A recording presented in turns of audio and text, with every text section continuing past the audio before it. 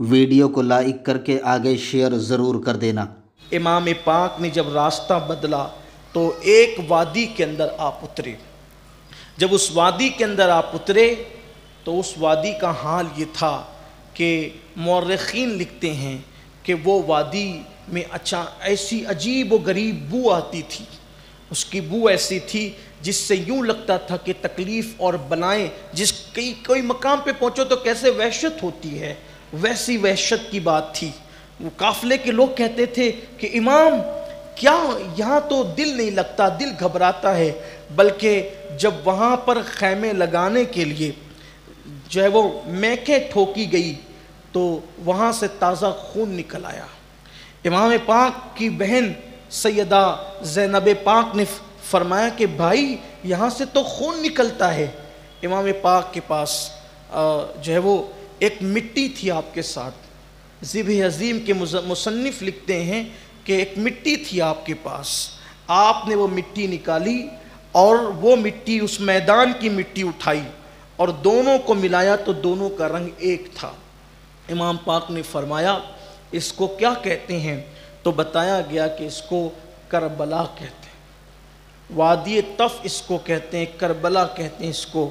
امام نے فرمایا اللہ اس کے رسول نے سچ فرمایا۔ پھر آپ نے فرمایا کہ یہی وہ مقام ہے جہاں پر ہماری آخری آرام گاہ ہے، اب یہاں سے ہم نے نہیں جانا ہے۔ حالانکہ بعض مورخین نے یہ بھی لکھا ہے کہ وہاں آپ رکے اور رکنے کے بعد حر نے کہا کہ میں عورتوں اور بچوں کا بہانہ کر کے اپنی سپاہ کو دور لے جا کر کے روکوں گا اور آپ رات کو چلے جائیں۔ لیکن امام علی مقام رات بھر جاتے، صبح کو جب واپس آتے تو اسی میدان میں، دوسرے دن بھی یہی، تیسرے دن بھی یہی ہوا۔ بالآخر امام نے فرمایا یہ کون سا مقام ہے؟ تو کہا یہ کربلا ہے۔ وہیں پر خیمے لگ گئے۔ بلکہ ایک مورخ یہاں تک لکھتے ہیں کہ جب وہاں پر رکے تو امام پاک نے فرمایا اس زمین کا مالک کون ہے؟ اس زمین کا مالک کون ہے؟ تو کہا گیا کہ فلاں اس کا مالک ہے۔ تو کہا اس کو اس کی رقم ادا کرو۔ تو شہزادے علی اکبر نے پوچھا بابا کم و بیش 18 مقام پر یا 38 مقام پر ہم نے قیام کیا مکے سے لے کے یہاں تک۔ مورخین لکھتے ہیں کہ امام علی مقام مکے سے جب کربلا آئے تو 18 یا 38 مقام پر آپ نے قیام کیا اور پڑاؤ ڈالا۔ بعض نے 18 لکھا، بعض نے 38 لکھا۔ 18 یا 38 مقام پر ہم نے پڑاؤ کیا، آپ نے کہیں قیمت ادا نہیں کی۔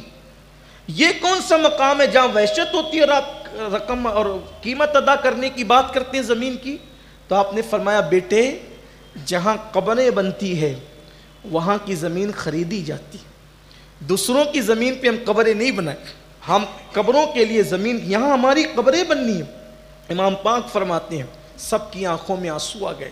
بہن کہنے لگی بھیا ایسی بات نہ کرو، اللہ آپ کو طویل عمر عطا کرے۔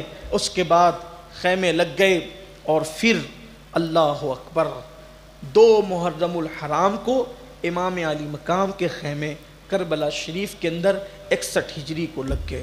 ادھر ابن زیاد بدنہاد بانی فساد نے عمرو بن سعد کو بلایا اور بلا کر کے کہا کہ تم اس وقت ایران جا رہے تھے، وہاں بغاوت ہو گئی تھی اور ان کا سر کچلنا ضروری تھا، لیکن اب اس سے زیادہ ضروری حسین کا سر کچلنا ہے معاذ اللہ۔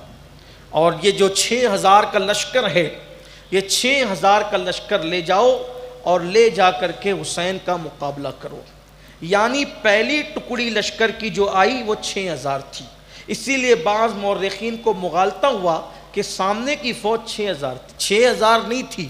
پہلا حصہ جو فوج کا آیا وہ 6000 تھا۔ امام یافعی رحمۃ اللہ علیہ جو بڑے معتبر اور ثقہ راوی ہیں اور بڑے عظیم مصنف ہیں اہل سنت کے، وہ فرماتے ہیں کہ 22000 کا لشکر تھا۔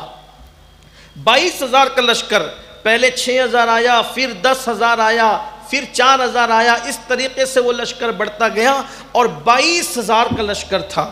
آپ حیران ہوں گے کہ 72 نفوس، ٹوٹل 82 ہے یا زیادہ سے زیادہ 100 ہے، اور بہت زیادہ تعداد جس نے بیان کی ہے محب تبری کہتے ہیں 145 لوگ تھے۔